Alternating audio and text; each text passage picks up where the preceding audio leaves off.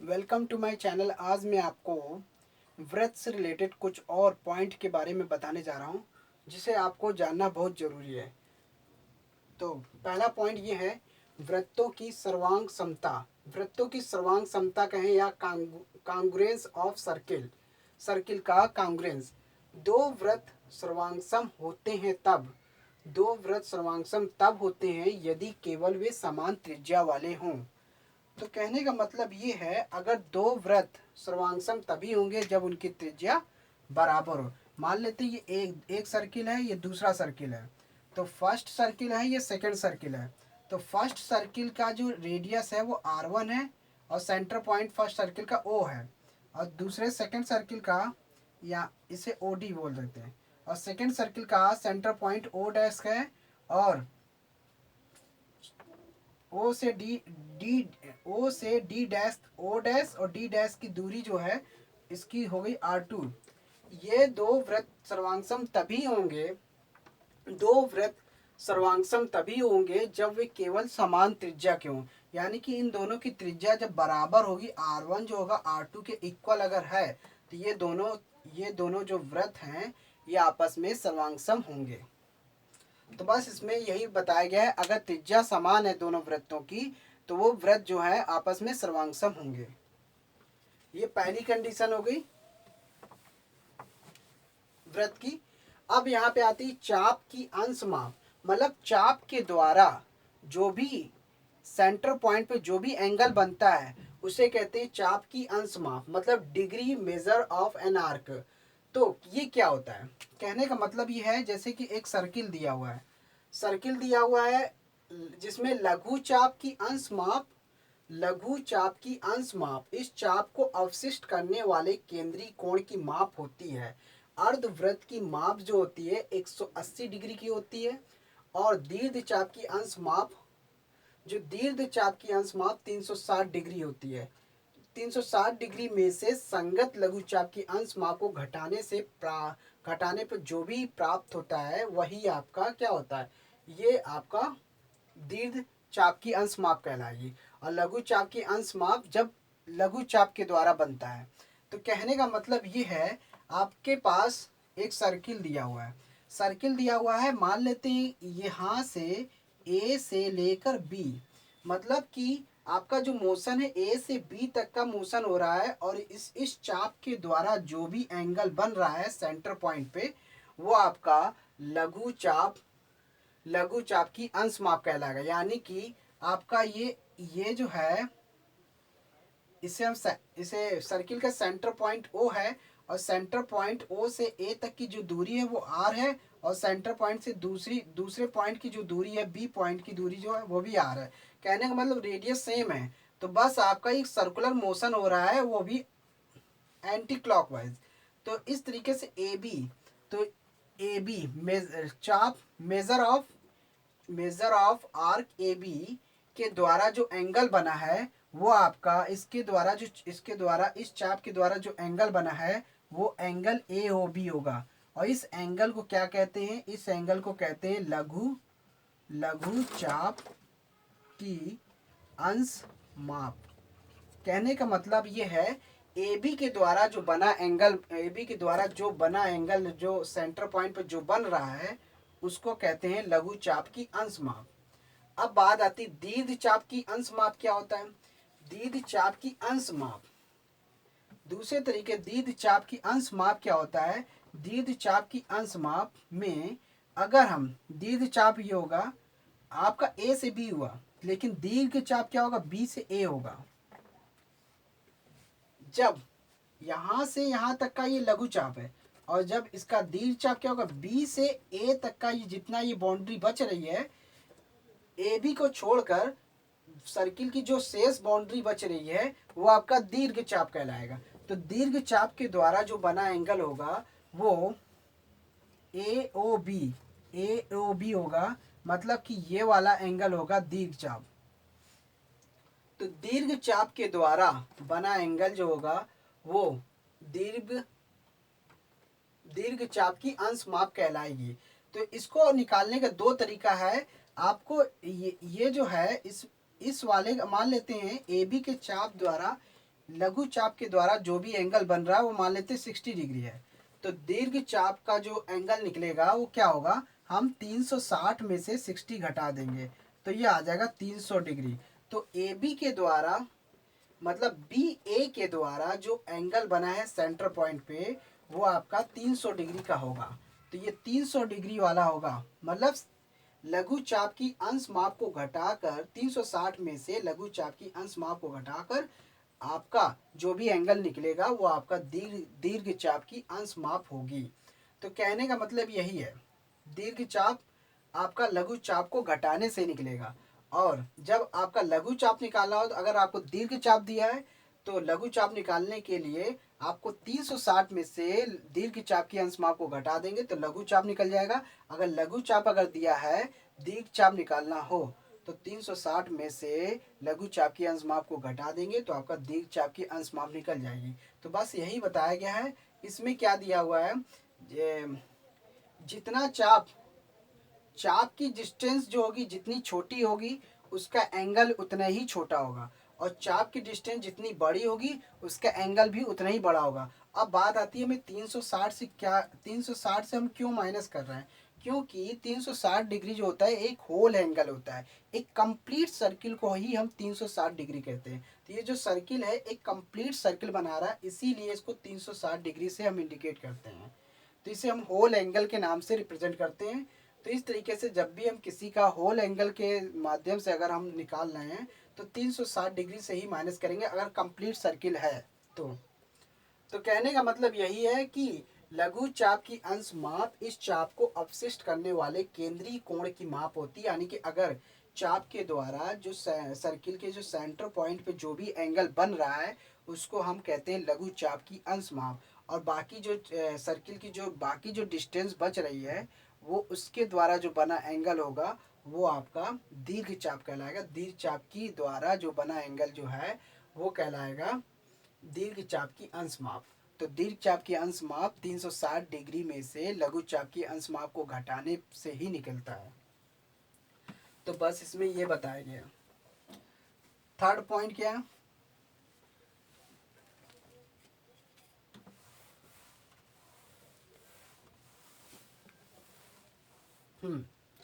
चापों की सर्वांग समता, कांग्रुएंस of arcs. कहने का मतलब है आर्क की सर्वांग समता कैसे होगी। किसी वृत्त के दो चाप सर्वांगसम होते हैं तब यदि और केवल यदि वे समान अंश के माप हों। कहने का मतलब उनके चाप तभी सर्वांगसम होंगे जब उन चापों के द्वारा जो बना एंगल होगा अगर वो सेम होगा तभी उनके चाप सर्वांगसम होंगे। कहने का मतलब ये है, दो सर्किल आपको दिए गए हैं, दोनों सर्किल में सेंटर पॉइंट, इसमें सेंटर पॉइंट मान लेते C1 है, इसका सेंटर पॉइंट C2 है। तो इसके द्वारा A और B और ये जो है PQ, तो ये चापों की सर्वांग समता तभी होगी जब चाप के द्वारा पहले सर्किल के द्वारा चाप के द्वारा लघु चाप के द्वारा जो भी एंगल बनेगा और दूसरे सर्किल का जो लघु चाप के द्वारा जो भी एंगल बनेगा दोनों का एंगल अगर सेम होगा तभी इनके चाप सर्वांगसम होंगे। कैसे, तो यहाँ पे पहले सर्किल का रेडियस R है, दूसरे सर्किल का इसका R1 है, इसका R2 है, और तो यहाँ पे ये इसमें इसका ये R, इसका सर्किल का रेडियस R है पहले वाले सर्किल का, दूसरे सर्किल का रेडियस R है। तो इस वाले सर्किल का रेडियस कैपिटल R है, इसका रेडियस कैपिटल R है। इसका अलग अलग मान लिया दो सर्किल दिए हुए हैं।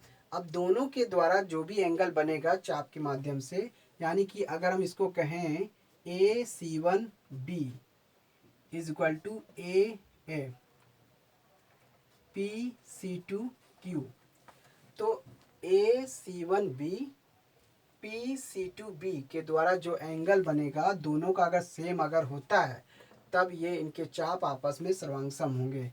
यानी कि AB की जो चाप होगी वो चाप PQ के बराबर होगा, चाप PQ के बराबर हो जाएगा। और जब इनके एंगल और चाप समान हैं और साथ में सर्वांगसम, तो ये रेडियस भी इनकी दोनों की सेम होती है, जैसे कि पहले वाले सर्किल की रेडियस r है तो दूसरे वाले सर्किल की रेडियस कैपिटल R माना है।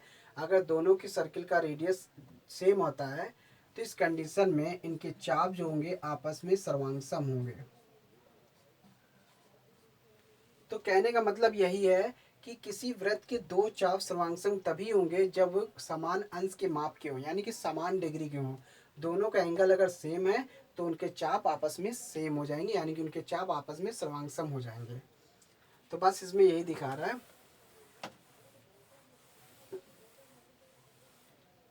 तो बस आपको यह कहना है चाप के द्वारा जो भी एंगल सेंटर पॉइंट पे बन रहा है, तो सेंटर पॉइंट के पे जो दोनों सर्किल पे चाप के द्वारा जो एंगल बन रहा है, तो कहने का मतलब है चाप के द्वारा जो भी सेंटर पॉइंट पे जो एंगल बन रहा है दोनों का अगर सेम होता है तो वो चापों की सर्वांग समता हो जाएगी।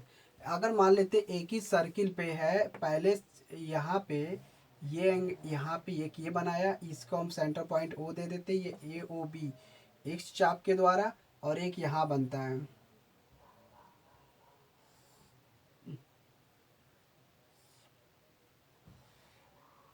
इसे P नाम दे देते हैं, इसे Q नाम दे देते हैं। अब बात आती है ए बी चाप के द्वारा जो बना एंगल और पी क्यू चाप के द्वारा बना एंगल, दोनों का अगर सेम होता है, यानी कि एक ही सर्किल पे, कहने का मतलब एक ही सर्किल पे है, रेडियस तो तीनों की रेडियस तो सेम है। ए सेम सर्किल मतलब एक ही सर्किल पर रेडियस के द्वारा चाप के माध्यम से जो भी एंगल बन रहा है, अगर दोनों का एंगल सेम अगर होता है तो उस कंडीशन में चाप सर्वांगसम हो जाएगा। कहने का मतलब ये है angle A O B, angle P O Q, मतलब दोनों के द्वारा जो भी एंगल निकलेगा, अगर दोनों का एंगल सेम है तो उनके चाप आपस में सेम, उनके चाप जो होंगे सर्वांगसम हो जाएंगे। चाप पी क्यू जो होगा वो चाप ए बी के बराबर होगा, और जब बराबर होगा और साथ में रेडियस भी सेम है तो कहने का मतलब है O A is equal to O B, O P is equal to O Q, यानी कि इनके रेडियस भी सेम है। तो जब एंगल, तो इसमें क्या कंडीशन लगी, तो सर्वांगसम होने की कंडीशन क्या है, कोण कोण भुजा, भुजा कोण भुजा, तो इसे हम कह सकते हैं side angle side. Side angle side के माध्यम से ट्राइंगल का कॉन्ग्रुएंट प्रूफ करने का तरीका यही है, जब साइड एंगल साइड अगर होता है, एंगल सेम है, साइड भी सेम है, चाप भी सेम है, तो क्या होता है, तो इसके द्वारा ये जो वृत्तखंड बन रहा है ये आपस में सर्वांगसम भी होंगे और इनके चाप भी सर्वांगसम होंगी। तो इस तरीके से रेडियस भी सेम है, चाप भी सेम है, तो आपका ए बी जो चाप होगी वो पी क्यू चाप के सर्वांगसम होगी। तो सर्वांगसम का सिंबल ये होता है जब बराबर भी हो और एक दूसरे से समरूप हो, मिलते जुलते हो। मिलने जुलने का मतलब ये है कि एक दूसरे से बिल्कुल समशक्ल हो और बराबर भी हो, तो ऐसी कंडीशन में वो सर्वांगसम होता है।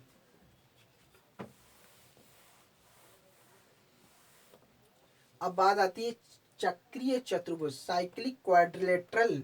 किसी चतुर्भुज को चक्रीय चतुर्भुज कहते हैं, यानी कि कोई भी चतुर्भुज है, ये किसी चतुर्भुज को, यानी कि एनी मतलब कोई भी क्वाड्रिलेटरल हो सकता है, और किसी चतुर्भुज को चक्रीय चतुर्भुज तभी कहते हैं जब उसके चारों शीर्ष एक वृत्त पर स्थित हो, यानी कि ए बी सी डी ये क्वाड्रिलेटरल है, लेकिन इसके चारों शीर्ष अगर वृत्त पर स्थित हो,